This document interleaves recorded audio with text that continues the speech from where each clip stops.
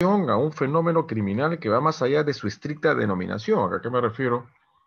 De todo lo que se deriva o que se podría derivar en el marco del acuerdo plenario que la Corte Suprema ha definido sobre el delito de trata de personas y su relación delictual con el delito de explotación sexual, ¿no? Y ello llevado finalmente, entonces, son 3 puntos, ¿no? La regulación del delito de trata de personas en el Perú,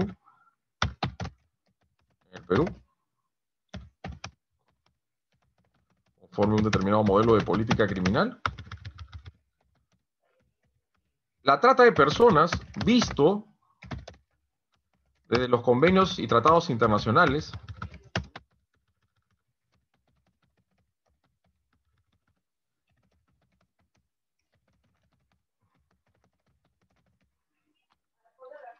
la vinculación, el delito de trata de personas y o relación delictiva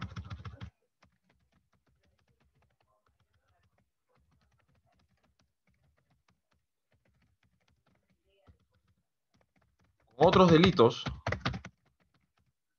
como la explotación sexual y asimismo la trata de personas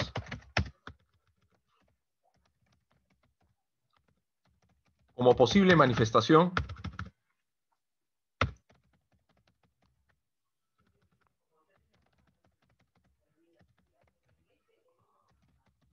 del crimen organizado. Nuestro Código Penal va recogiendo las conductas delictivas conforme el bien jurídico penalmente tutelado, ¿no? El bien jurídico penalmente tutelado es lo que define los derroteros de la política criminal del Estado en cuanto a la agrupación de determinados comportamientos, sea por acción o por omisión, y que tienen que vinculación finalmente con un determinado interés jurídico que viene desarrollado, diseñado de la Constitución Política del Estado. El artículo primero, disculpen, primero creo, sí, de la Constitución Política del Estado señala que la persona humana y su unidad son los valores supremos del Estado y la sociedad. Por eso que la dignidad humana es un valor insoslayable y que tiene mucho que ver con el delito de trata de personas y sus otros fenómenos delictivos que se encuentran vinculados a él, la dignidad humana. Luego, en otra articulación, segundo y un inciso y un apartado que no recuerdo con toda exactitud y precisión y detalle, señala que ninguna persona puede ser sometido a tratos humanos, inhumanos o degradantes, ¿no? Lo que está es prohibido, vamos a crear todo un régimen de proscripciones, prohibida la tortura, pero propiamente la tortura no nos va a llevar a este ámbito de análisis, y a todo trato denigrante, esclavitud. Dicho esto, entonces, son estos los puntos, los ítems que nos define el análisis de ahora que vamos a realizar el día hoy, de 14 de noviembre del año 2020, ¿no? Doctor, disculpa que le Sí, dime. interrumpa. ¿Está compartiendo pantalla? No, no hay No, ningún... no, todavía no estoy Ah, compartiendo pantalla. listo, Habilítame nomás, yo en su momento comparto, no te preocupes. listo, perfecto. Gracias, muchas gracias. Muchas gracias. Entonces, a partir del concepto del bien jurídico se van definiendo los comportamientos típicos, sea por acción o omisión, ¿no? La vida, el cuerpo y la salud, los bienes jurídicos fundamentales y esenciales que tienen un contenido óntico. Una naturaleza finalmente estructural del ser humano y que adquieren finalmente protección punitiva en cualquier ley penal sujeto a un Estado mínimamente civilizado, ¿no? Y propiamente esa civilización humana proscribe lo que estamos haciendo alusión acá y lo que decimos en cuanto los tratos inhumanos, degradantes y lo que es la esclavitud, ¿no? La delincuencia va generando nuevas cuotas de intervención. Una criminalidad que lo que busca afanosamente, de forma permanente e incesante, es la obtención del lucro. La obtención del lucro. Entonces, ya tiempo atrás, las ilicitudes o las conductas delictivas que generan bastante rentabilidad económica y que un principio finalmente tenía una relación en el ámbito de la sexualidad, el ámbito de acción, estaba circunscrito a lo que era el proxenetismo y la prostitución. Una manifestación y una conducta humana que siempre ha estado presente en el pasado. Bueno, hoy en día, la verdad que no creo que haya viabilidad alguna para que se pueda dar licencia a un prostíbulo en mérito del COVID-19 y que estará siempre presente en la humanidad. Una suerte de actos de comercio carnal, el cual una persona en principio, y vamos a delimitar con la trata de personas o la explotación sexual, con capacidad de discernimiento adulto tiene que ser, que en esa autonomía de la libertad decide finalmente ingresar al mercado sexual y finalmente recibe una contraprestación por la relación o el acto sexual que realiza con otra persona, con el cliente. No olviden que el artículo 179A tipificó lo que es el usuario cliente, y también hay un usuario cliente en el caso de la explotación sexual. Nosotros ahí vamos a hacer una delimitación muy clara, entre la diferencia que debe existir entre lo que es el proxenetismo y la prostitución con la explotación sexual. Claro que mácula fundamental del análisis del día de hoy es el delito de trata de personas. Entonces, esta persona no es objeto de punición. La que son objetos son los que gestionan, los que promueven, favorecen o facilitan. Luego vamos a hacer un mensaje importante, promover y facilitar como conductas típicas de la trata de personas, conductas típicas del delito de trata de personas, a la luz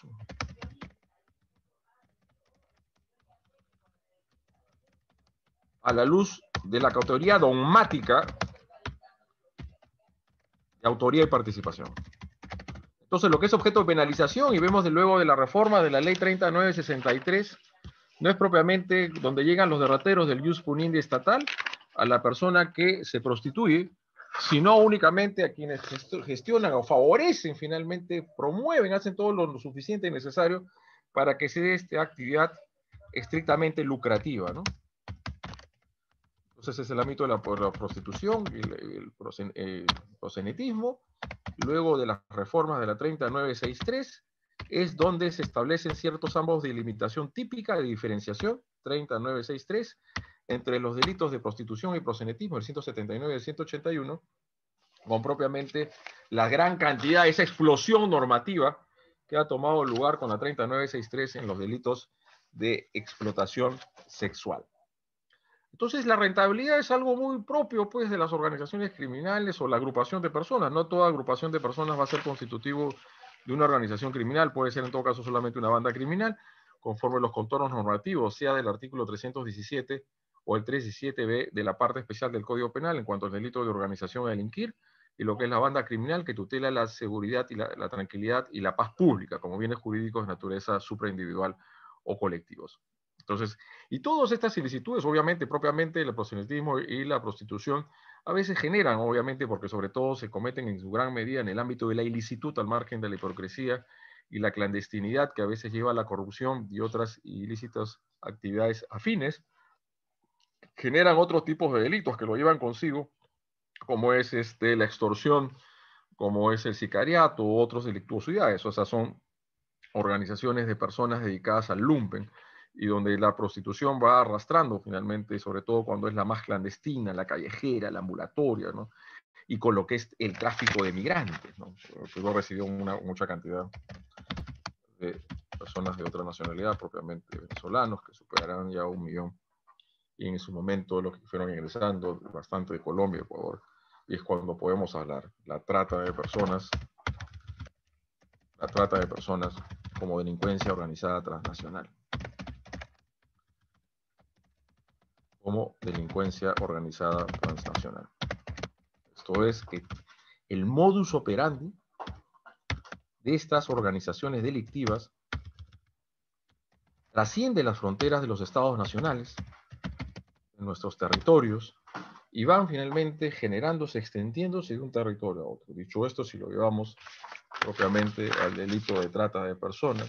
Y cuando se señala claramente, pero obviamente no necesariamente va a ser así, el que mediante violencia, los medios comisivos, lo que hace es, mediante los medios comisivos, captar, transportar o trasladar o acoger, recibir o retener a otro por el territorio de la República, por la salida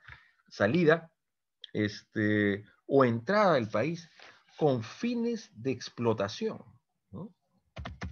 Con fines de explotación.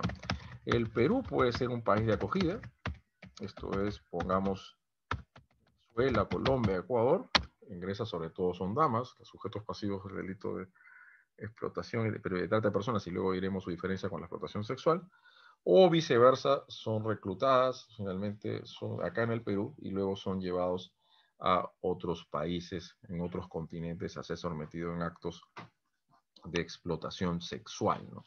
Entonces vamos viendo una dinámica muy interesante de los puntos que hemos finalmente definido en este momento.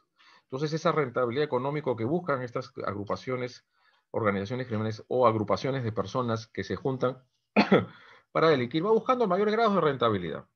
Ya de tiempo atrás, y tal vez en nuestro país no hace mucho, recién en la época de 2000 y pico, fue adquiriendo conciencia social y una política criminal de lo que significa la trata de personas.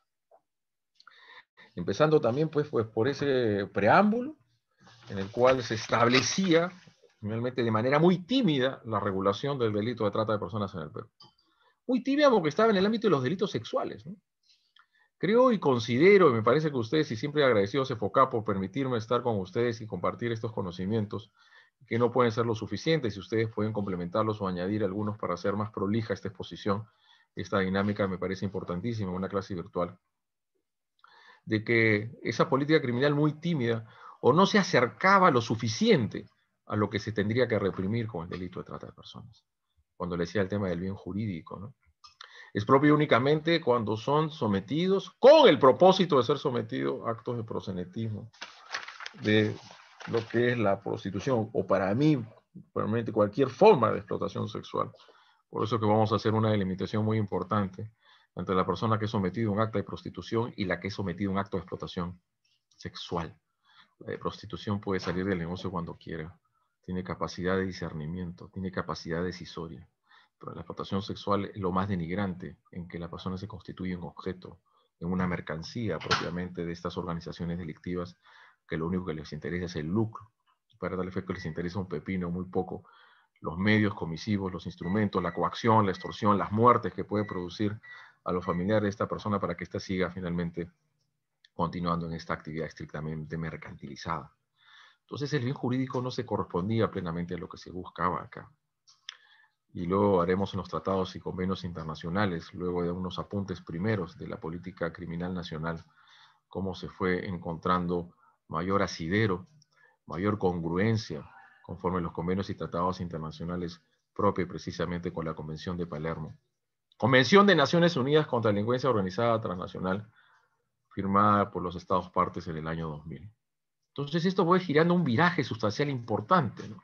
Con un delito de trata de personas única y estrictamente vinculado al ámbito de la sexualidad y lo que no es tanto así. Porque el servilismo, finalmente esa suerte de denigración y sometimiento a los actos de explotación laboral, es otra expresión que puede darse de la trata de personas. No solamente ello, la mendicidad.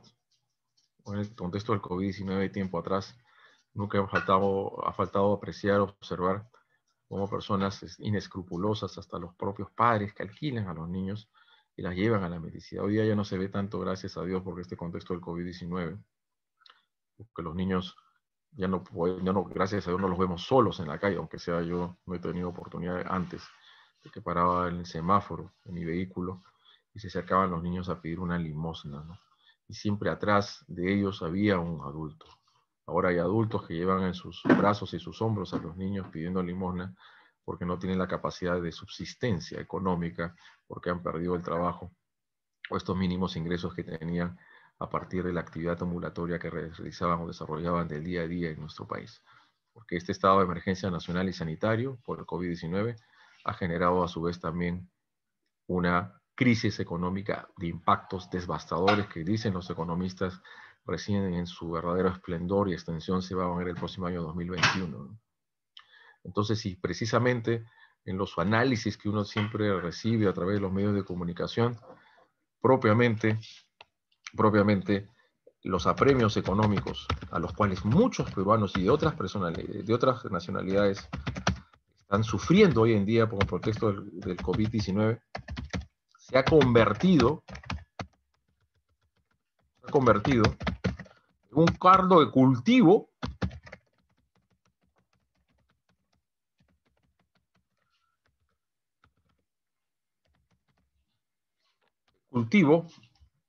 para la comisión del delito de trata de personas.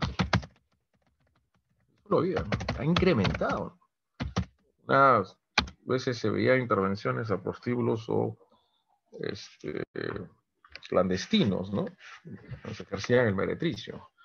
Mayores de edad donde se veía que había cierto grado de discrecionalidad o discernimiento de lo que estaban haciendo. Pero por ahí podría haberse advertido también que se estaban prostituyendo a menores de edad.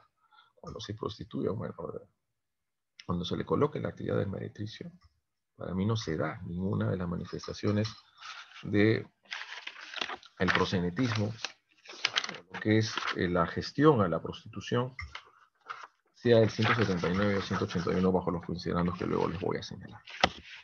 Entonces los apremios económicos que tienen muchas personas hoy en día se han convertido en un caldo de cultivo muy inmanente para la generación de esta actividad luctuosa de lo que es el delito de trata de personas. Estos escrupulosos que se aprovechan de las necesidades de muchas personas para trasladarlas de un lugar a otro, o propiamente puede haber o no desarraigo, lo que vamos a hacer más adelante, desarraigo, y así someterlas finalmente a actos de explotación sexual.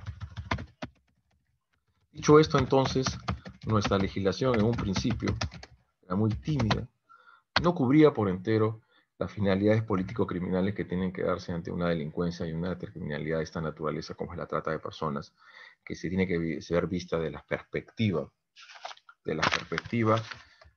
no solamente nacional, sino también internacional. Y vaya que fueron finalmente los convenios y tratados internacionales que más adelante vamos a hacer alusión, que incidieron en las modificatorias que en su momento tomó lugar con respecto al delito de trata de personas. Importante, seguramente ustedes ya habrán tomado contacto y análisis en el 11º Pleno Jurisdiccional Penal de la Corte Suprema, el 2019, propiamente con respecto al delito de trata de personas y explotación sexual. Y se dice en los antecedentes normativos, en el fundamento 14º, que el delito de trata de personas fue recién incorporado con la legislación nacional en entrada en vigor del 91, porque el Código Penal del 24 solamente se hablaba de delitos contra la libertad individual y sometimiento a servidumbre de indígenas y otras personas de condición de servidumbre, ¿no? A esa suerte de explotación laboral, la servidumbre, a quienes no se les daba ningún tipo de reconocimiento laboral, social, se les hace trabajar mucho más de las horas permitidas por la legislación, y ningún finalmente trato humano que tiene que recibir una persona y la contraprestación que tiene que ser digna conforme a la naturaleza de los trabajos que una persona está realizando, ¿no? Entonces, obviamente, era una visión muy reducida del estado de las cosas en el Código Penal del 24, que de hecho no podía cubrir por entero lo que significaba y lo que significa hoy el delito de trata de personas, ¿no? Es con la, bueno, ante la ley 28251, creo, del 2004, que se adicionó esta finalidad, ¿no? Como una modalidad de proxenetismo, otras formas de explotación sexual, ¿no?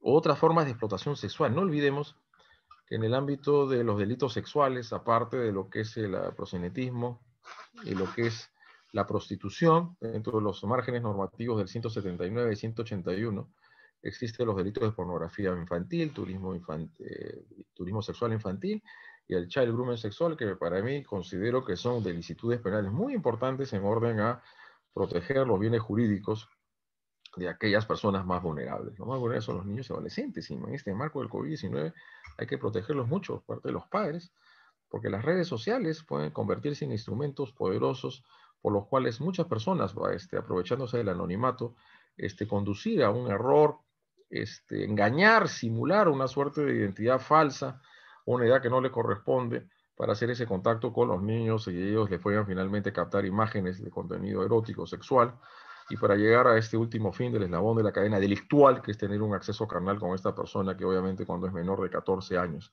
ya entra la tipificación del artículo 173 de la parte especial del Código Penal, que conforme la ley 3838 significa la pena de cadena perpetua. Entonces, la estructura típica asumida, disculpen, primero otra forma de explotación sexual, y fue en el año 2007 se ubicó sistemáticamente el delito de trata de personas en el artículo 153.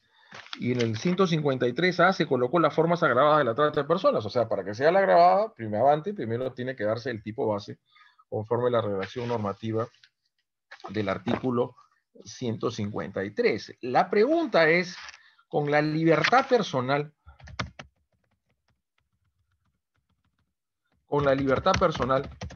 ¿realmente se dice todo? Con respecto a lo que es objeto de protección,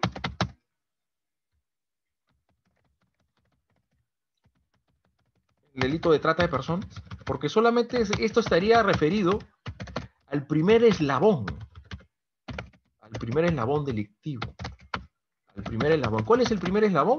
Es finalmente afectar las libertades de una persona cuando es mayor de edad únicamente se necesita utilizar los medios coercitivos de la concesión de supuestas de ventajas, coacción, intimidación, prevalimiento, fraude, engaño, violencia, todo ello.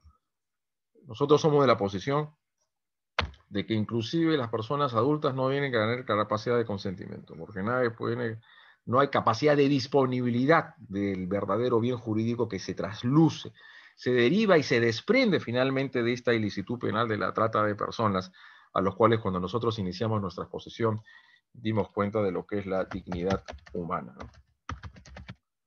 Entonces fue esta la dignidad humana. Entonces se fue en el año 2007 que se incorporó en el artículo 153 y en el 153A fue que se regula el delito de trata de personas en su modalidad agravada. Sin embargo, dice la estructura típica asumida difería sustancialmente de la definición de trata asumida por el protocolo para prevenir y reprimir y sancionar la trata de personas, especialmente de mujeres y niños, que complementa la Convención de Naciones Unidas contra la Delincuencia Organizada Transnacional del año 2000, en adelante Convención de Palermo. Vamos entonces ya a dar cuenta de lo que son los convenios y tratados internacionales con respecto a la trata de personas.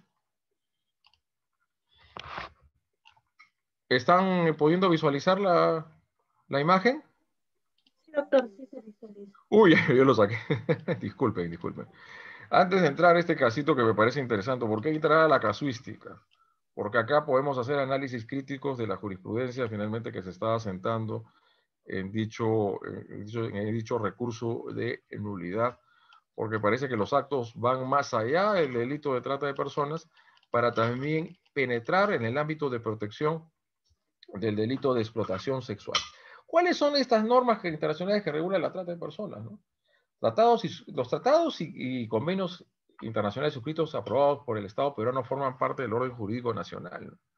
Y vaya que esta convención ha tenido incidencia muy importante de Naciones Unidas contra la Delincuencia Organizada, no solamente con respecto a lo que estamos haciendo alusión ahora, que es el delito de trata de personas, y los delitos y las diversas formas de explotación sexual, también explotación laboral, sino también con respecto al delito de lavado de activos. Pues este es un esfuerzo muy importante. Creo que la mundialización y la globalización, esa integración comercial de los pueblos, hay una integración jurídica. Y los convenios y tratados internacionales lo que quieren es plasmar una voluntad unívocamente direccionada por parte de todos los estados civilizados a efectos de prevenir y erradicar en la medida de lo posible y reprimir ilicitudes penales que afectan gravemente normas de ius cogens. Nosotros ahí ya damos una suerte de postura, no sé qué dirán ustedes al respecto, de que la trata de personas, los delitos de explotación, en muchos casos deberían ser constitutivos de crímenes de lesa humanidad. Es una cuestión finalmente a ir, porque afecta lo más importante, ¿no? Y ahí estamos dando una puntuación. Lógicamente, cuando vemos las diversas finalidades que motiva e impulsa al tratante, tienen diversa naturaleza, pero todos ellos afincan en algo en común. El sometimiento a una persona a un estado de denigración, la mendicidad, la explotación sexual y laboral. Y esto viene a afectar la vida humana. La Corte Suprema, en el acuerdo plenario, en este pleno jurisdiccional penal, habla que hay una suerte de pluriofensividad, donde se encuentran varios bienes jurídicos, pero dicen, el más importante, en todo caso, y esa es mi postura también, y no sé si me estoy equivocando en lo que dice la Corte Suprema, es la dignidad humana.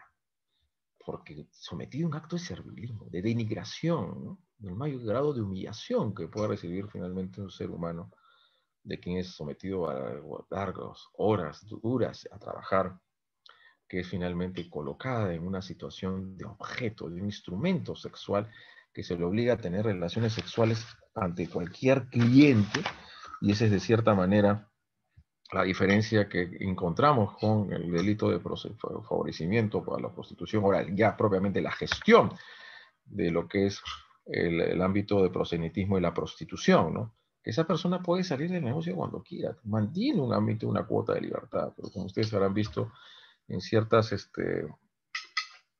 pasajes de nuestra historia, hasta propia ciencia, bueno, entre novelas o películas, pues esta persona que es sometida a un acto de explotación sexual previa a trata de personas, y no necesariamente así, como dice la Corte Suprema, son delitos independientes uno con el otro, es sometido, es humillada totalmente, y es obligada finalmente a realizar estos actos sexuales de diversa especie y naturaleza con muchas personas, y a cambio tal vez le darán un dinero, pero ella no tiene o él la posibilidad de decidir si realiza ese no acto sexual, y no tiene esa capacidad decisoria finalmente de decir cuándo sale o no del negocio. Y lo que ya nosotros fuimos apuntalando, y lo colocamos mejor en este chat, cuando se trata de un menor de edad, ustedes no sé si pueden compartir la misma idea que yo,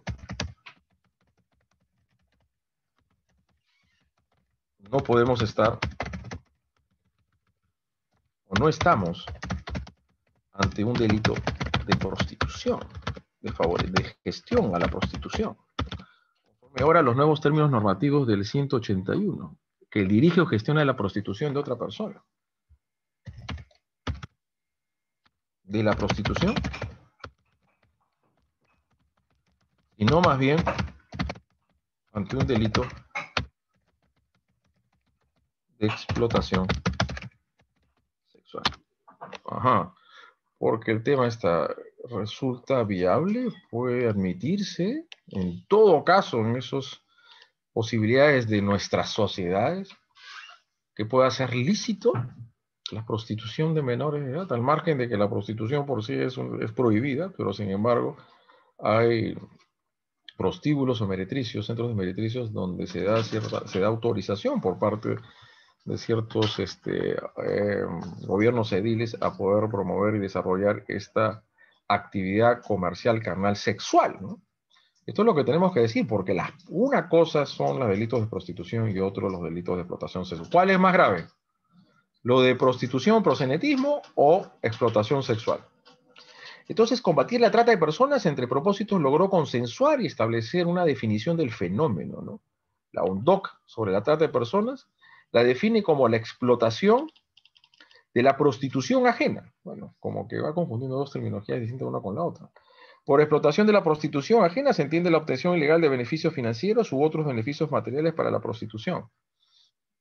Pero como bien se dice, y dentro de los fines del artículo 153, para los efectos del inciso primero del 153, que es la mácula constructora del delito de trata de personas, porque ya a partir del 153b ya vamos discurriendo finalmente en una actividad distinta a propiamente a la trata de personas. Se comprende, entre otros, la venta de niños adolescentes, venta de niños adolescentes, ¿no? Imagínense que eso no es admisible, porque no puede haber venta de personas, la prostitución y cualquier forma de explotación sexual. Entonces, hay que hacer una diferencia entre actos de prostitución,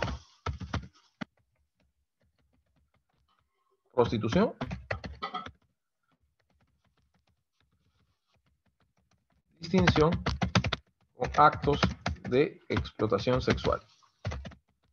Hay que hacer una diferencia, hay que hacer una distinción. Eso es importantísimo para efectos de la penalidad y también a efectos de subsumir correctamente la conducta dentro de los alcances normativos de un determinado tipo penal, Esos son los fines de la trata, que es un elemento subjetivo de naturaleza trascendente. Elemento subjetivo de naturaleza trascendente. ¿Ajeno al dolo? Seguro que sí. Hay posiciones distintas. La Corte Suprema, ¿será un delito mutilado en dos actos? Para la Corte Suprema, no. El primer acto sería los actos de transporte, de desplazamiento, fuera o dentro del territorio nacional, en el mismo territorio nacional. Y la otra conducta sería propiamente ser sometido a actos de explotación sexual o de prostitución o mendicidad. El tema está, y acá lo ponemos en cristiano, para que se configure el delito de explotación sexual, no tiene que haberse dado necesariamente, o tiene que haberse cometido previamente,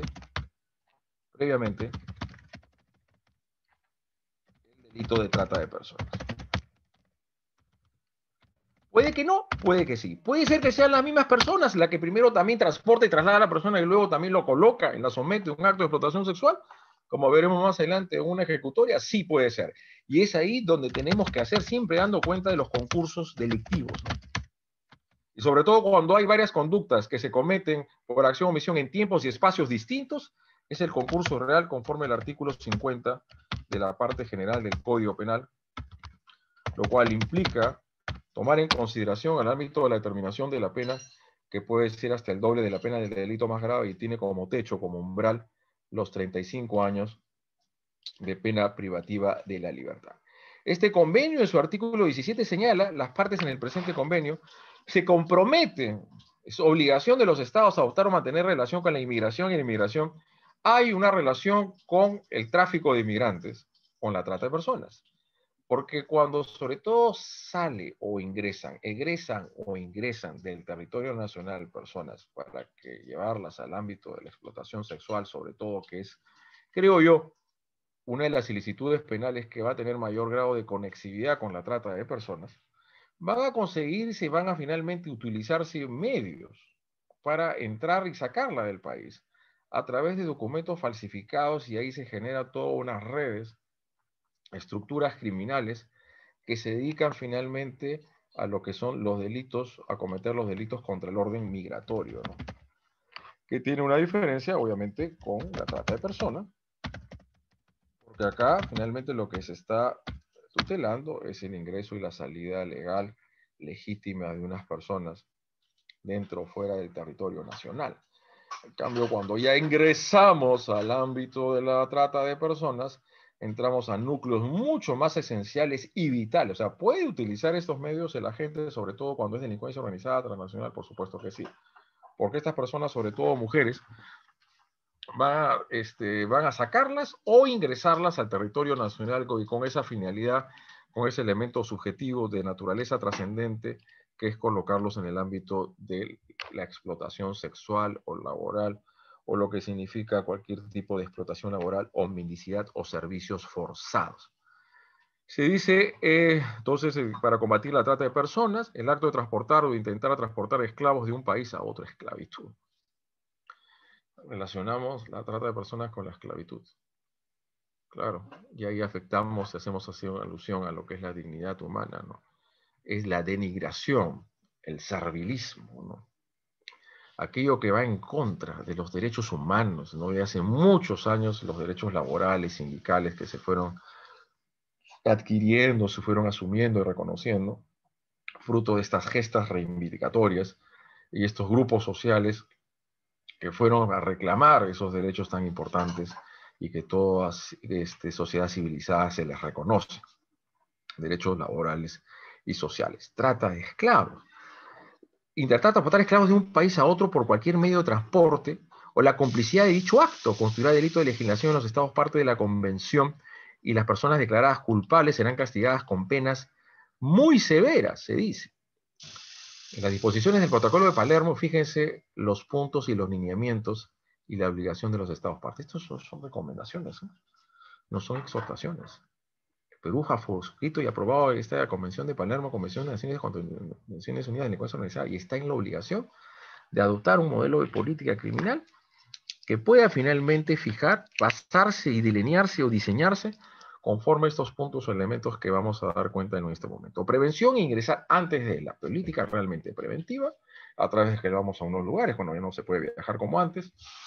En estos lugares está prohibida la explotación sexual, está prohibido el turismo sexual infantil, el turismo infantil, impartición de cursos y de todo tipo de información a la sociedad y sobre todo a los grupos más vulnerables para desarraigarlos y para finalmente ponerlos fuera de la mano de esta gente inescrupulosa y fascinerosa que rigen, que dirigen y gestionan la trata de personas y los otros delitos referidos a la explotación sexual. Ese es prevenir. Prevenir es actuar ex ante. Informar, obviamente, que es importante a través de las diversas normativas que se han regulado o las diversas reformas que se han producido en el Código Penal, y creo que la ley 3963, al margen de cierta falta de tecnicismo, a lo cual se ha incurrido esta ley, creo que los propósitos han sido importantes, y en la medida de lo posible, de adaptar la ley penal nacional a esta Convención de Palermo. Protección y asistencia, ¿no? La debida protección. No debemos dejar de lado, y ya esto del ámbito procesal, que el decreto legislativo 957 también tiene como arquetipo y cimientos basilares importantes lo que es la protección de la víctima. El principio de que no solamente debe referirse a entregarle una determinada suma por concepto de dinero en la reparación civil, no solamente eso. Reconocerla como víctima, evitar que siga siendo victimizada, y por eso hay la repatriación de víctimas de que han estado siendo sometidas a actos de explotación, sea finalmente Ecuador, Colombia y viceversa acá en el Perú, a sus países de origen, ¿no? Y víctimas, asistencia a víctimas, y también obviamente es importante para que luego en su momento así comparezcan, acudan finalmente ante las instancias oficiales competentes para que presten su declaración y así se pueda condenar a estas personas que han cometido este acto luctuoso tan grave, que es una ofrenda finalmente a las bases de una sociedad mínimamente civilizada. La civilización importa también el reconocimiento de derechos fundamentales y que tiene como validad inexpugnable lo que es la dignidad humana. La cooperación nacional e internacional, esto es finalmente las diversas instituciones que tienen que actuar de manera conjunta, la asistencia de víctimas y testigos, el Ministerio Público, hay una subespecialización detrás del delito de personas, su interactuación finalmente que tiene con el ámbito de la policía y también estos órganos jurisdiccionales que tienen que estar debidamente sensibilizados para aplicar las penas que realmente corresponden ante actos luctuosos de esta naturaleza. Internacional, actos de cooperación internacional, en cuanto a la información que se pueda generar a otros países, en cuanto a investigaciones realizadas en el Perú, asistencias de cooperación internacional activas y pasivas cuando el Estado requirente le solicita una determinada información a las instituciones encargadas de la persecución penal y de la justicia en nuestro país. Persecución y sanción, que sean sometidos en una verdadera persecución, que hagan una previa investigación, indagaciones preliminares previas y que se dicte finalmente las sentencias de condena que merezcan estas personas que cometen este luctuoso tan grave. ¿Qué se entenderá por trata? Captación, transporte, el traslado, la acogida o la recepción de personas recurriendo a la amenaza, al uso de la fuerza u otras formas de coacción, que son los medios comisivos, al rapto, al fraude, al engaño, al abuso de poder o de una situación de vulnerabilidad o la concesión o recepción de pagos o beneficios para obtener el consentimiento de una persona que tenga autoridad sobre otra con fines de explotación. Hay finalmente, lastimosamente hay que decir, que hay posibilidad que son los propios padres o parientes que tienen la custodia del menor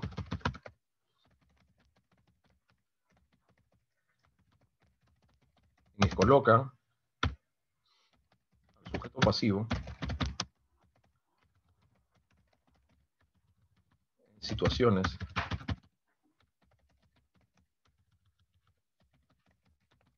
propias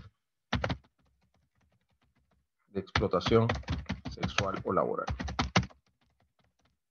Y no son desarraigadas, pues. Nosotros en una investigación sobre la materia, precisamente hicimos ese análisis en el caso de los padres, ¿no? En el delito de trata de personas, ¿no? Que el padre o los padres pueden ser autores del delito de trata de personas, ¿no? En cuanto ya las tienen finalmente a su merced a estas personas, no necesitan finalmente desplazarlas, sino ya tienen la posibilidad de someterlos, ¿no? Y esta es la posibilidad que tenemos máxime con el 153A, figura como circunstancia agravante, porque una cosa es la captación y el desplazamiento a la víctima de un lugar a otro. El 153A de la parte especial del Código Penal señala cuando el agente es cónyuge, conviviente, adoptante, tutor, curador, pariente, hasta el 4º grado de consanguinidad o segundo de afinidad, o tiene la víctima a su cuidado por cualquier motivo, o habitan en el mismo lugar. Ya habitan, ya está ahí, no tiene que realizar ese desplazamiento, pues no tiene que saber, porque ya está ahí, duerme, pernocta y se amanece y se despierta y ahí lo llevan a los actos de la mendicidad, ¿no? Y eso es mucho más reprobable que este acto sea cometido por quienes tienen que cuidar, porque los padres sobre sus hijos son garantes. Tienen finalmente ese deber de garantizar la incolumidad, la intangibilidad de los bienes jurídicos fundamentales de sus hijos u otras personas que están sometidos bajo su custodia, ¿no? Entonces son los padres o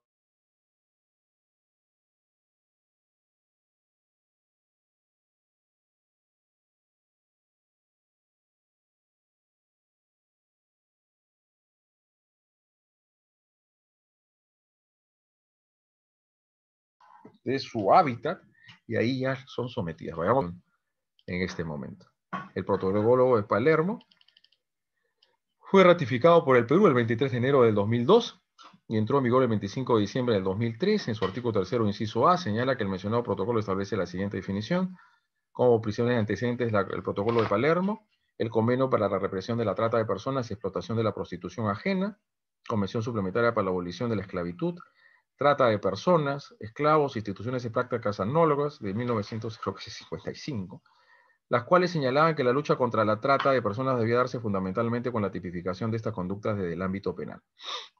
Sin embargo, se dice que el protocolo de Palermo constituye un avance en dicho Estado, pues la obligación de los Estados ya no solo es respecto a la tipificación de la trata de personas, sino en cuanto al deber de la protección de las víctimas y de, lo ponemos así, legislar, finalizar, por lo general, disculpen, los delitos de explotación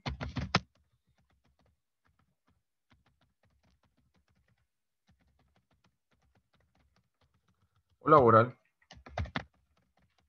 que por lo general aparecen después, o se cometen después de la trata de personas. De la trata de personas. De ahí que nuevamente retomamos el acuerdo plenario. Nos habíamos quedado bien, pues, ¿no? Ya un delito contra la libertad, pero contra la libertad no lo decimos todos, ¿no? Ya hemos allanado algo muy importante, de que en los delitos de trata de personas son pluriofensivos. Hay una serie de bienes jurídicos e intereses jurídicos que se encuentran finalmente involucrados conforme a los diversos comportamientos que motivan y impulsan al tratante. El tratante no es como solamente el tráfico de inmigrantes. Su única intención o propósito es sacarlo o ingresarlo dentro del país a través seguramente de utilización de documentos falsificados, a través de la corrupción de funcionarios, de migraciones, sino ya que esta persona sea colocada en un acto de explotación sexual o laboral o toda manifestación de esclavitud o lo que es mendicidad. Ese es el elemento subjetivo. Sobre eso tiene que marcar la pauta de la conducta de la gente. Como elemento subjetivo de naturaleza trascendente, bueno, la Corte Suprema no está muy de acuerdo de decir de que haya una suerte de delito mutilado en dos actos. El tipo penal establece como conductas típicas promover, favorecer, financiar o facilitar. Es lo mismo promover, financiar o facilitar y lo que propiamente ha traído la luz la 3963, cuando, por ejemplo, en el delito del 153b, el que mediante violencia, amenaza a otro, obliga a una persona a ejercer actos de connotación sexual con la finalidad de obtener un aprovechamiento económico, que ese es el 153b, distinto al 153d, el que promueve o favorece. ¿Quién es el que promueve, favorece o facilita? Es lo mismo el que gestiona o el que, como dice el 153b, el que obliga a una persona a ejercer actos de connotación sexual. Es lo mismo. Entonces vamos a decir lo siguiente acá, pues. Facilitar, promover,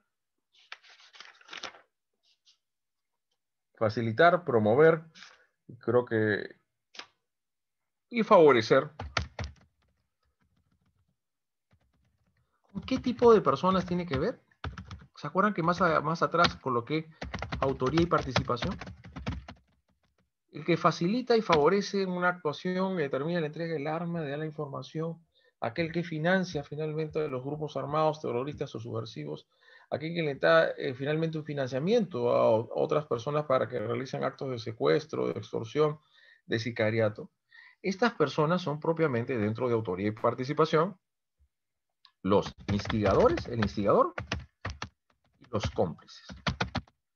Fíjense entonces, y esta técnica legislativa equivocada, errática si se quiere decir, también no sé si se llegó a subsanar en el artículo 296 de la parte especial del Código Penal conforme las modalidades básicas típicas del delito de tráfico ilícito de drogas, ¿no? Sigue manteniendo, promueve, favorece y facilita. El que promueve, favorece y facilita son los actos periféricos y estas personas no son los que tienen el dominio del hecho. No son los que tienen el dominio del hecho. Quien tiene el dominio del hecho es el autor. Y para ser autor de la trata de personas,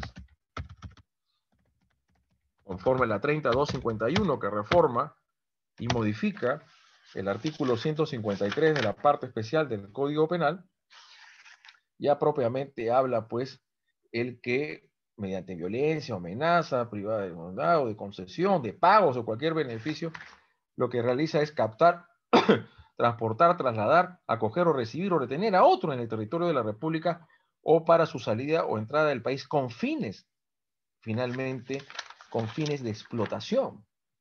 Y ya lo lleva al inciso quinto, el agente que promueve, favorece, financia, facilita la comisión del delito. Quienes ejecutan la modalidad, la conducta del primer párrafo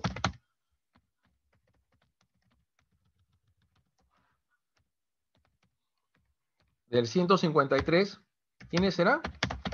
Los autores, coautores.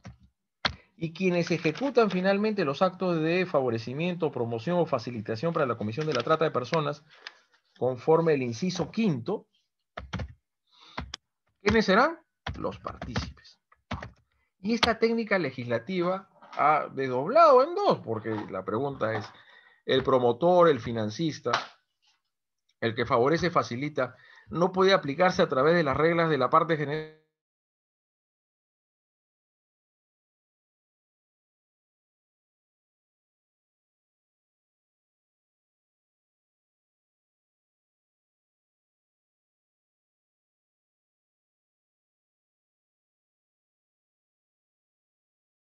nacional,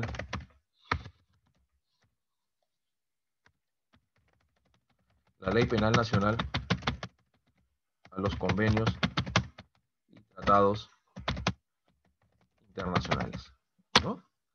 Y esto no solamente con el delito de explotación sexual, disculpen, delito de trata de personas, porque algo parecido también encontramos en el 153D, el que promueve, favorece, la facilita la explotación sexual de otra persona, que son los instigadores y usualmente son los cómplices.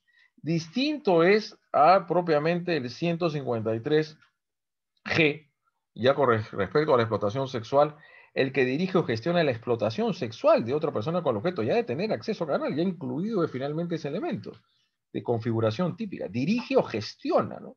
Es en el ámbito del 153G, dirige el gestor que organiza y hace posible la explotación sexual de otro. No sé hasta qué punto puede adquirir matices de distinción o diferenciación con propiamente la persona que favorece o facilita, ¿no? Porque ese es el gestor, conforme lo vemos en el ámbito del artículo 153G, 153G de la parte especial del Código Penal, está el que promueve, el favorece, pero es el 153B, el que dice mediante violencia o amenaza, obliga a una persona a ejercer actos de connotación sexual.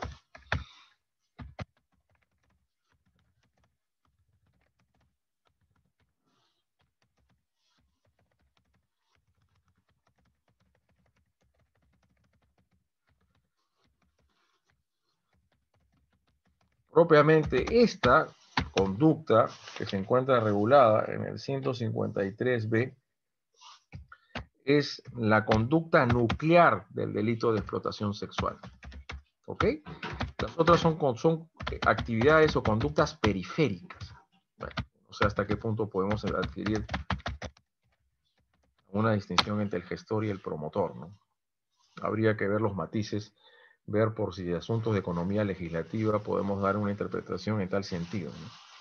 Obligar a otro a ejercer actos de connotación sexual. No se olviden que el delito de trata de personas, conforme su estructuración normativa semántica, tiene una base de autoría y a los partícipes los colocan de manera expresa en la parte especial del Código Penal, en el artículo 153, que obviamente no es necesario, pero por cuestiones de policitación normativa, efectos sociocognitivos que también despliega la norma penal, y ante esas obligaciones de los Estados miembros de adoptar sus legislaciones a los tratados y convenios internacionales como es la Convención de Naciones Unidas contra la Delincuencia Organizada Transnacional.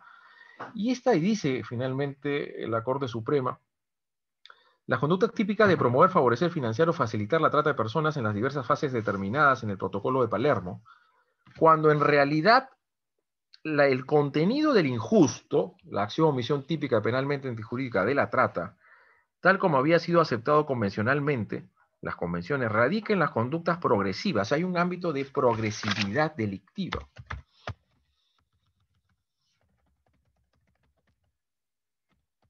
Un ámbito de progresividad delictiva, lo que se dice acá, ámbito de progresividad delictiva, del injusto,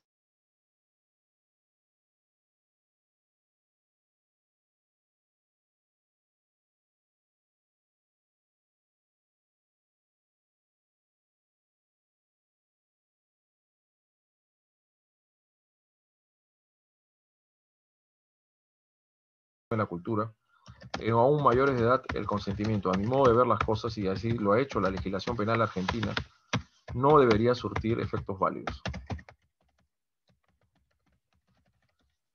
Pues no solamente en los menores de edad, por eso que nosotros decimos, y nuestra postura es que cuando se somete un acto de prostitución a un menor de edad, a este mercado sexual carnal, a una persona que todavía no tiene capacidad de discernimiento suficiente. Una cosa es la madurez para tener un acto sexual en una relación afectiva y sentimental, y otra muy distinta es someterla finalmente a la prostitución.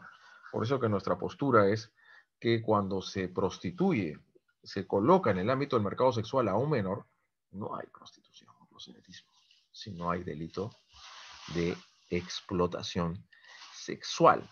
Y algo por acá tiene que ver con las reformas que en su momento se han producido con la 3963, tanto al 179 y al 181 de la parte especial del Código Penal. Acá tengo finalmente, luego de esta modificación. ¿Están viendo? ¿Están observando lo que se dice acá? ¿Puede visualizarse la imagen? Sí, doctor, sí se visualiza. Muchas gracias. Les agradezco mucho a CEFOCAP siempre por permitirme esta posibilidad de poder comunicarme con ustedes. Fíjense, la 3963, que al ser la prostitución una actividad que compromete en esencia la personalidad humana, solo debe ser ejercida por quien está en capacidad de discernir, lo que no se advierte en el caso de niños y adolescentes, de manera que cuando se prostituye a un menor de edad, la tipificación correcta es la figura delictiva de explotación sexual, ahora acogida en el 153H incorporado por la ley 3963.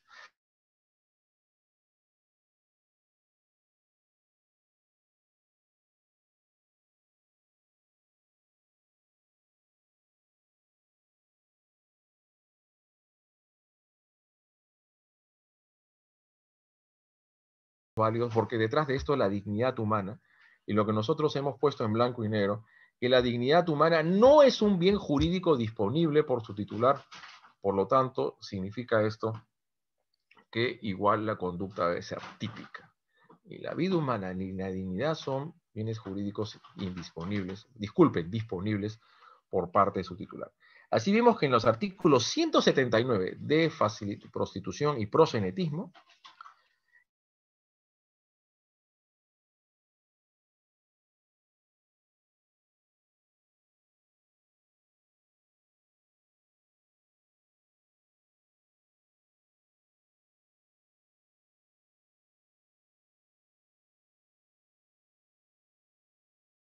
de una mejor manera a la Convención de Palermo en sus diversas, finalmente, tipificaciones o conductas delictivas, ¿no? Trasladar, captar, transportar, recibir, acoger, retener. Fíjense lo que es retener, que denota impedir o obstaculizar que la víctima salga en una situación de desarraigo o vulnerabilidad. Esta última fase no está prevista en el protocolo de Palermo, sin embargo es fundamental e inherente a la finalidad de la trata de personas. Si hubiese alguna intervención a este momento, si quisieran formular alguna pregunta, por favor háganlo con toda confianza y liberalidad, porque esa es la forma como tenemos que ir ejerciendo el análisis y desarrollo de una clase virtual, donde pues no puede ser un solo discurso monolítico por parte del expositor, sino también de que las diversas personas que están presentes en la virtualidad todavía que nos permite a través de el internet, de las redes sociales y lo que estamos utilizando que es el vía Zoom.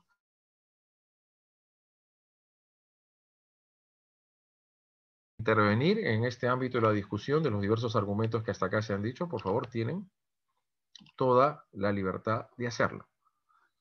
Gustan activar su cámara, háganlo. Si gustan, solamente su micrófono, o en todo caso, escriban en el chat. ¿Habían 3 personas que habían levantado la mano?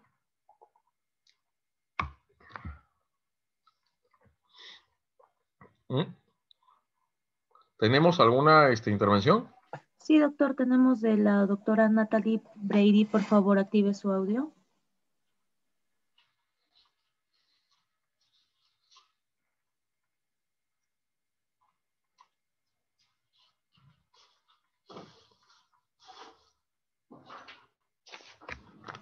A la doctora se le está enviando una solicitud para que pueda activar su audio.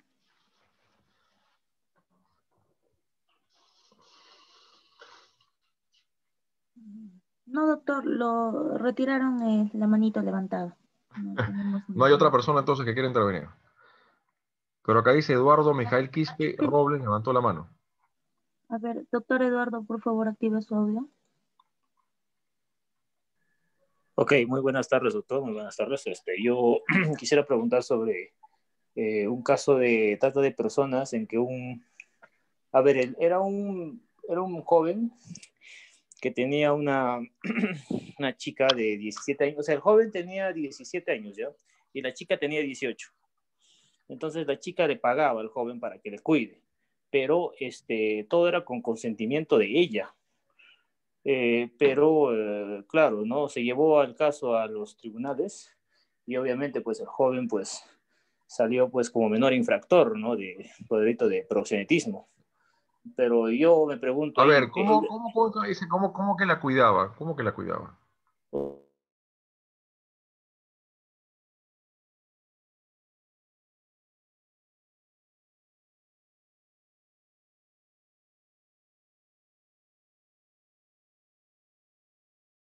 Que se puede aplicar ahí el delito de proxenetismo, de lo que es el rufianismo, ¿no? Que tiene una connotación más moral, ética que jurídica. Creo que es el 182, pero disculpa, donde tenemos el rufianismo en el 180, ¿no? El que gestiona, ahora tiene otra definición normativa, el que gestiona el beneficio económico de la índole de prostitución, acá no está gestionando nada. Él no lo dice, solamente él lo que está es cuidándole las espaldas, ¿no? Propiamente no gestionaba, no promocionaba, a menos que para el órgano jurisdiccional él estaba facilitando la ejecución del acto del proxenetismo. de facilitar, de dar las condiciones necesarias para evitar que, por ejemplo, porque obviamente, pues, estimado amigo Mijael, la prostitución no es ambulatoria, es un acto ilícito, ¿no? Donde no se penaliza a la persona que ejerce la prostitución. Eso creo que estamos de acuerdo, ¿no? Claro, pero el joven, bueno, era menor de edad. Claro, él fue condenado por menores infractores, ¿no? Por infractor a la ley penal. Y, bueno, desgraciadamente no sé, creo que el juez no aceptó, creo, el pedido del abogado que no se le, bueno, que no se le diera, pues, medidas, ¿no? Medidas de prisión para el joven, ¿no? ¿Reportaba antecedentes? No portaba antecedentes. Primario, ¿no? Yo creo que podría decirse, porque la prostitución clandestina no es lícita, amigo. El hecho de dar esa seguridad viabilizaba o no permitía que la otra señora pueda realizar su actividad sexual del proxenetismo para poder prostituirse. Y en caso si él le hubiera dado, por ejemplo, los clientes a ella, en ese caso... Ya, no, ya él es un gestor, pues.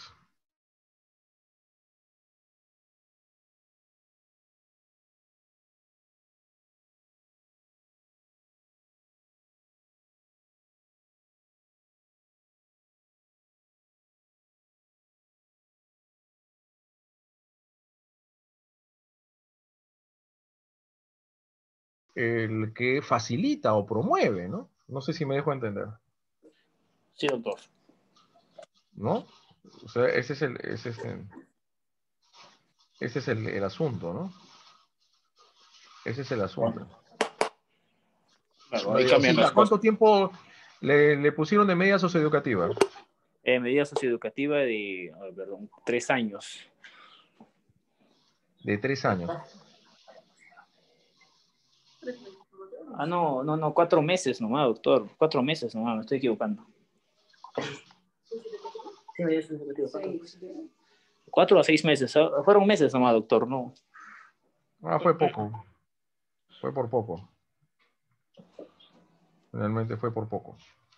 Pero vuelvo a reiterar, pues que podría encuadrarse en lo que es la facilitación, ¿no? Porque su conducta viabilizaba que podía ejercer, que la otra persona, esta señora o señorita, pueda ejercer la prostitución, el comercio carnal sexual. ¿Ok? Este es el punto, creo que por ahí debe haber sido. ¿Hay otros participantes que están levantando la mano?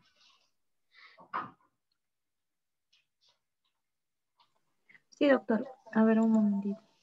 A ver, al doctor Nesques Ramos, por favor, active su audio.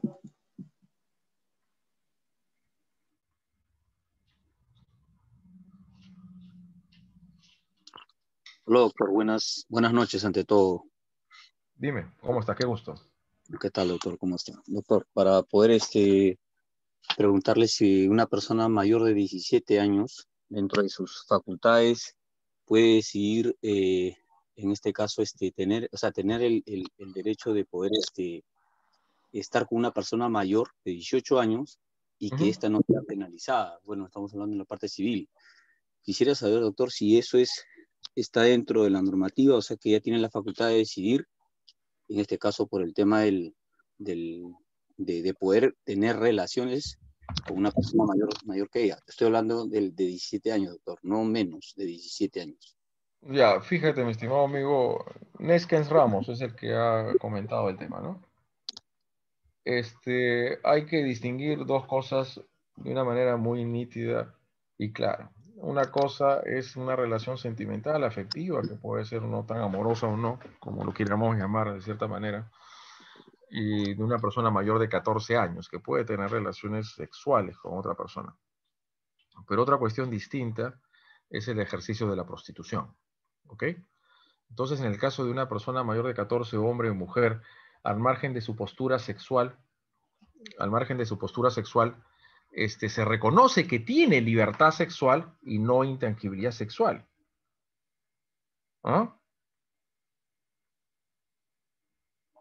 No sé si me dejo entender.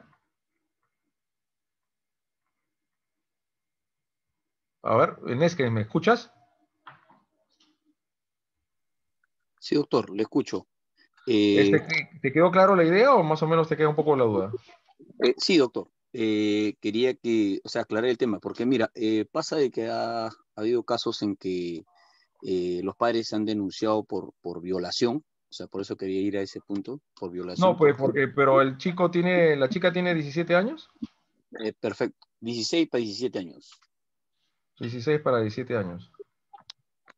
16 a 17 años, lo que ya el Tribunal Constitucional y lo que se le exprime finalmente desprende de las mismas normas, es que las personas mayores de 14 años tienen libertad y no tienen intangibilidad sexual.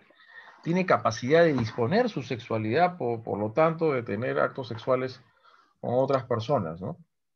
Con otras personas. Esa es una cuestión.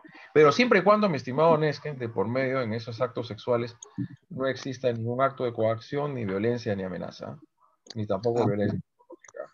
Correcto. Ojo, por Ujú. supuesto. Eso tiene que quedar claro, amigo Neskens. Correcto, Porque si correcto. hay estos medios comisivos, violencia, amenaza, lo que es violencia psicológica o aprovechamiento de entornos de coacción u otros entornos que impiden a la víctima dar su libre consentimiento, ahí sí estaríamos un atentado contra la libertad sexual. Estamos hablando, doctor, desde los 14 años en Sí, adelante, ¿cierto? sí. 14 para arriba. O sea, entonces ya no pasa a ser una violación, sino un consentimiento, si ella lo permite y no ha sido, como usted dice, persuadida, ni amenazada, ni nada. Exacto, ¿no? Tienen libertad sexual. Menos de 14, personas privadas de discernimiento, Ujú. privadas de discernimiento, no tienen libertad sexual, lo que tienen es intangibilidad sexual. Ya.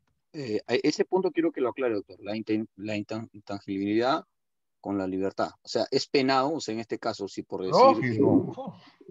Lo que pasa es que solamente se dice, bueno, la ley penal solamente la reconoce finalmente, le dice, las personas mayores de 14 años y las personas que tienen total grado de discernimiento tienen libertad sexual. ¿Ok?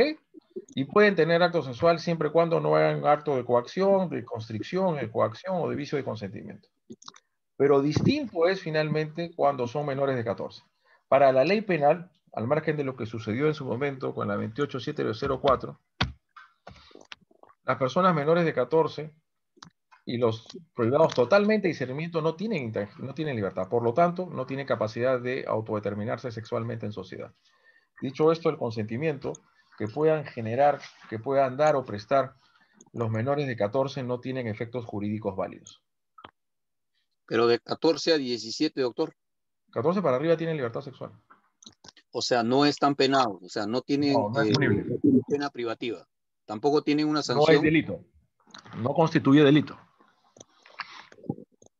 Pues, doctor, discúlpeme dar una opinión sobre este tema. Sé que las leyes son tácitas en lo que expresan, pero creo que por ese lado, como que, bueno, hay un dicho popular que dicen, de hecho la ley, hecho la trampa.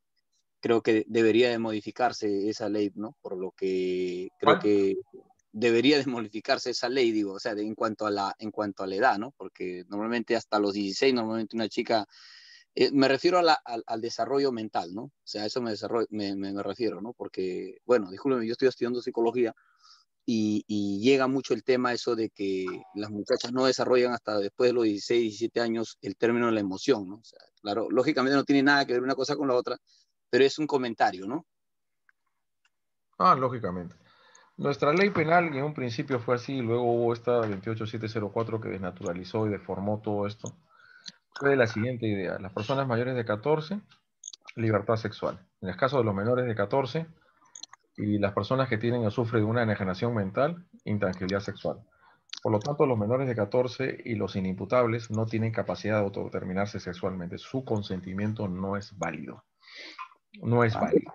Por eso que si tú revisas el artículo 173 de la parte especial del Código Penal, no es necesario para que se configure ese delito que la gente haga uso de los medios comisivos que sí se describen en el artículo 170. No sé si tanto Nesque como nuestros otros estimados participantes tomaron conocimiento de esta supuesta violación en masa que habría sufrido una señorita de 21 años por 4 o 5 personas adultos ya jóvenes, ¿no? Jóvenes adultos, ¿no? Entre 20 y 25 años. En ese caso le habrían supuestamente colocado en un estado de inimputabilidad, habiéndolo hecho beber alcohol y también finalmente ingerido sustancias psicotrópicas, drogas sintéticas, bueno, no sé si fue marihuana, clorhidrato, cocaína. ¿Para qué?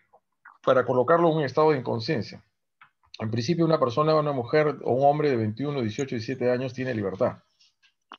Pero esa libertad puede verse quebrantada si es que se advierte que la gente ha utilizado alguno de los medios comisivos que se encuentran previstos, sea en el artículo 170, como el 171 y el 172 de la parte especial del Código Penal. O sea, en ese caso, doctor, estamos hablando de que una persona en estado de, en este caso, de droga, o en este caso en estado de indicapé, como se puede decir así, por más que pase los 18 años y se estipule como mayor de edad, estamos hablando de que está cometiendo un delito por la falta de inconsciencia de esa persona, y ahí sí el asunto es diferente. Lógicamente, obviamente es distinto, ¿no? Porque lo que se tiene que valorar, apreciar y observar era finalmente es que esta persona ha actuado no con su libre consentimiento. ¿Qué es lo que se tipifica o criminaliza a partir del artículo 170 de la parte especial del Código Penal? Lo que se criminaliza y la penaliza son los actos no consensuados, cuando no hay consensualidad finalmente con la víctima o con la otra persona y hay una suerte de vicios del consentimiento, ¿no? Como es la coerción, lo que es la violencia física, la amenaza grave o lo que se llama la violencia psicológica, o colocar a la víctima en estados de inconsciencia conforme lo que se regula, o imposibilidad de resistencia, que encuentra a una persona totalmente mareada o somnolienta, está dormida, y así es accedida carnalmente por parte del autor, ¿no? Esa es Claro. finalmente la división o la delimitación que ha hecho el legislador ya de tiempo atrás, finalmente en nuestro Código Penal, a efectos de hacer esa valoración de tal naturaleza. Doctor, pero para eso tendría que haber un medio probatorio, ¿no? O sea, para poder Obviamente hacer tiene que esta estar clase de sometido a prueba de alcoholemia, finalmente a los exámenes de la pureza de la droga, y que al momento de que se haya sucedido esta situación, realmente esta persona se encontraba bajo un estado de inconsciencia, ¿no? O sea, en todo caso, esta denuncia sería inmediatamente cuando ocurran los hechos, no después de ello. Sí, pues eso es lo que se prioriza. Ojo, no hay impedimento porque la acción penal es vigente. El problema va a ser el asunto probatorio, ¿no? El tema de la probática. O sea, tú podrías denunciar 2 días después, 3 días después, pero el problema es Tú que... puedes denunciar hasta mientras que la acción penal esté vigente, no haya prescrito. La problemática va a ser el tema probatorio, ¿no? Exacto, Si eso es la quiero. modalidad bajo estado de inconsciencia, hay que probarse que al momento de que hubo ese acceso carnal, esta persona estaba privada de discernimiento, o sea, estaba realmente totalmente inconsciente y fue Porque si no, colocada con tal propósito. claro, porque si no también podríamos hablar de una difamación, porque podría ser de que por ahí alguien se levanta diciendo que me abusaron, me mañosearon, o sea, mientras que no había una penetración, como se dice, y no haya habido un abuso, en este caso un mañoseo, por decir así.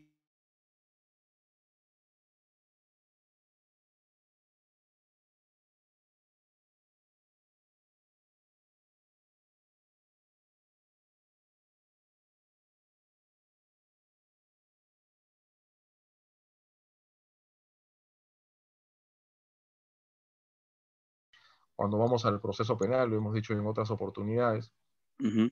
en el ámbito hasta la etapa intermedia, si el acto es atípico porque ha habido consentimiento. Por eso el consentimiento en los delitos sexuales,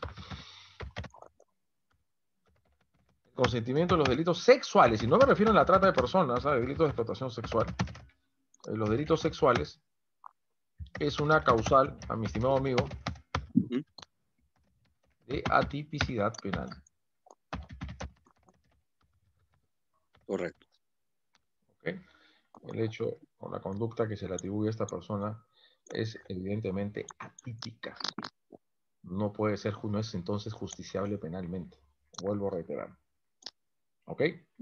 Ok. Entonces eso es lo que tenemos que tomar en cuenta. ¿Cómo intervenir en las comunidades nativas donde las menores sufren de 14 años de violencia sexual e incluso conviven con ella? Ese es un gran problema. Justo lo analizábamos en otra exposición el día de hoy. Al respecto, por favor, Sí, doctor. analicen el acuerdo plenario 1/2015 de la Corte Suprema, 1/2015 de la Corte Suprema, sobre la aplicación judicial del artículo 15 de la parte general del Código Penal, que se refiere al error de comprensión culturalmente condicionado. Es un eximente de responsabilidad penal, pero hay que finalmente tomarlo con pinza al momento de realmente establecer si no se está vulnerando los derechos humanos y los derechos fundamentales de las niñas y adolescentes. Les leo el artículo 15 de la parte general del Código Penal. Luego de la reforma de la ley 3838, este artículo 15 dice lo siguiente, ¿no? El artículo 15, ¿no? Para aplicar el error de comprensión, porque hay que respetar ciertas costumbres que aún se desarrollan y se gestan y se van transmitiendo de generación en generación en ciertas comunidades campesinas y nativas.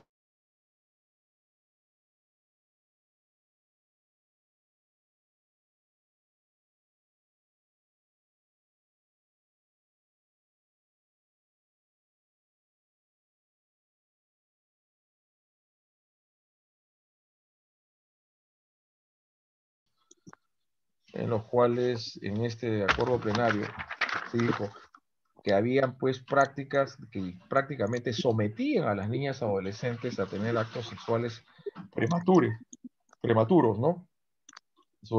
Y sobre todo en comunidades campesinas y amazónicas, ubicadas en aquellas áreas geográficas del territorio nacional, el asociamiento a prácticas sexuales tempranas de niñas o adolescentes desde que ellas comienzan a menstruar. Una niña puede comenzar a menstruar a los 10, 11 años y eso no puede ser un indicativo para que tenga un acto sexual. Un acto sexual tiene bastante gravitancia e incidencia en la personalidad de alguien. Y más aún, cuando es realizado sin la protección debida, la mujer puede quedar, la niña o la adolescente quedar embarazada en estado de gestación y imagínense lo que implica esto para la persona, para esta persona, ¿no? Entonces los investigadores de esta actitud cultural finalmente fijaron ciertas pautas, ¿no? Patrones culturales, toda menor de edad que menstrua puede mantener relaciones sexuales. ¿Cómo va a ser así una niña de 10, 11 años, 12 años? Prácticas arraigadas de matrimonios arreglados para niñas o adolescentes menores de 14. Venta de niñas o adolescentes menores de 14 años con fines matrimoniales. Validación y tolerancia del robo. Legitimación de prácticas sexuales tempranas consentidas. Sus propios padres prácticamente ponen en bandeja de plata a sus propios hijos, hijas, obviamente, sobre todo mujeres, a efectos de tener prácticas sexuales tempranas, sobre todo para querer deshacerse de la manutención de sus menores hijos, ¿no? Entonces, entre lo que es derecho penal e interculturalidad, hay que finalmente tomar en cuenta, y lo que cuando se habla de la triplicación de la edad entre una persona y el otro, por favor, mi estimada, ¿quién es la que está preguntando eso? Lisette Gómez, en ese caso ahí el acuerdo plenario 1/2007, CJ 116, donde para definir la relevancia jurídico-penal de la conducta,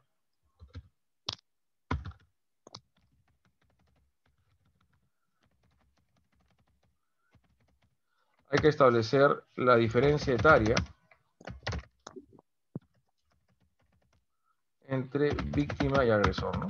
Entre presunta víctima y agresor, ¿no? Esto podemos aplicarlo bastante en el caso ahora de la 3838, en la cual esta tiene ahora como modalidad comisiva el aprovechamiento de los entornos de coacción. Otro entorno que le impiden a la víctima dar su libre consentimiento. ¿Ok? Son 5:05, nos quedan 5 minutos, por favor, para las personas que quieran participar. Bueno, doctor, para acabar, solamente saludarle y decirle que, bueno, yo estoy acá en Francia y estoy llevando este curso, me interesa mucho cuando regrese al Perú.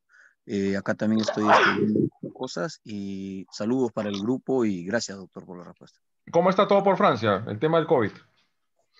Bueno, en la ciudad de Lille, donde yo me encuentro, que está al norte de Francia, ahorita estamos en rojo, por lo que hubo el aumento del crecimiento del COVID. Y las personas, pues ahorita estamos impedidas de salir por 40 días. estamos con el tema de los permisos con documentación, solamente para fines de alimentación y de medicina. Bueno, ahora tenemos ese régimen. O sea, que están con confinamiento social obligatorio. No pueden salir de sus casas solamente para comprar lo necesario para la subsistencia, si se quiere decir. Así es, doctor. Bueno, un gusto, de verdad, estimado amigo. Cuídate mucho. Me agrada y me satisface bastante saber. Yo no creo que sea por mi persona que te hayas inscrito en este curso, sino creo que por los diversos conocimientos que los diversos profesores con esta prestigiosa institución SUFOCAP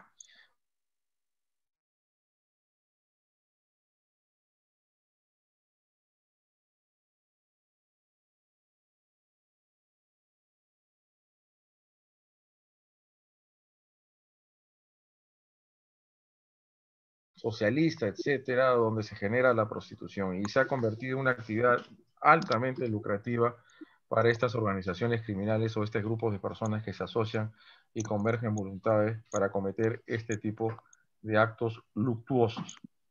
No, sí, doctor. Para acabar, doctor, sí, justamente lo que usted acaba de decir, creo que es interesante escuchar cuando una persona tiene la preparación y la capacidad, como usted lo ha demostrado hasta el momento. Bueno, yo soy una de las segunda o tercera persona que he intervenido, pero realmente me satisface escuchar eso, doctor, porque he ido en el Perú estando a varias clases o seminarios acerca de este tema de delito de menores y realmente nunca he tenido tanta claridad como ahora lo está haciendo usted y por ello es que cuando sale la invitación esto por internet, que me lo hicieron desde Perú, me interesó ingresar y la verdad es que sí, estoy convencido de que siempre deben tener profesores con la capacidad que tiene usted, ¿verdad? No lo conozco, no es que esté pago para hablar esto, pero realmente sí, y como decimos acá, au revoir, doctor. Ya. Au revoir. Merci beaucoup. Merci. Merci, au Merci. revoir. Bueno, yo no conocí Francia hace un tiempo atrás, es un país muy bonito, tiene la gente muy abierta, muy hospitalaria, ¿no? Y todo Buenas eso. tardes. Sí, sí. No, solamente hacer un comentario antes de ver esta clase. Estaba viendo unos documentales de cómo operan en México esta trata de personas, los padrotes, pero que la modalidad de ellos es enamorar a las chicas para luego obligarlas a prostituirse. Las hacen creer que están enamoradas y luego ya las prostituyen. Dándoles Primero una coacción. primero las seducen.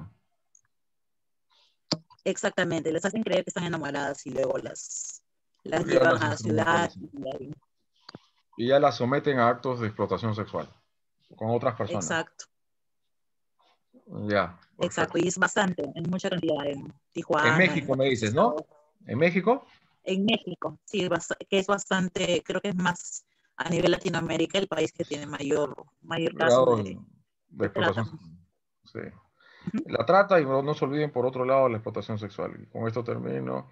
No se trata de un delito propio, pero debido a que el verbo obligar, tener acceso a canal permite el supuesto que el sujeto obliga al sujeto a acceder canalmente a auxilio. Obviamente no es un delito propio a mano. Todos los delitos, casi todos, pueden cometerse por autoría inmediata y también puede haber instigación y coautoría. Entonces, mientras que uno está sujetando entre el cuello, cogoteando a su víctima, el otro está accediendo canalmente. Un hombre o mujer instrumentaliza a un imputable para que viole a otra persona. Esa es la que tiene el dominio del hecho. Por lo tanto, ya tenemos que dejar de lado de que los delitos sexuales son delitos de propia mano. Pero lo que sí nunca debemos olvidar que los delitos de trata de personas y explotación en sus diversas manifestaciones constituyen una grave ofensa a la humanidad. Por lo tanto, su ubicación debería ser los delitos de lesa humanidad. Las penalidades, ya que más o menos a un cierto grado de severidad, todavía puede haber algunas ligeras ajustes punitivos, pero creo que con la 3966 finalmente se ha ido un buen camino.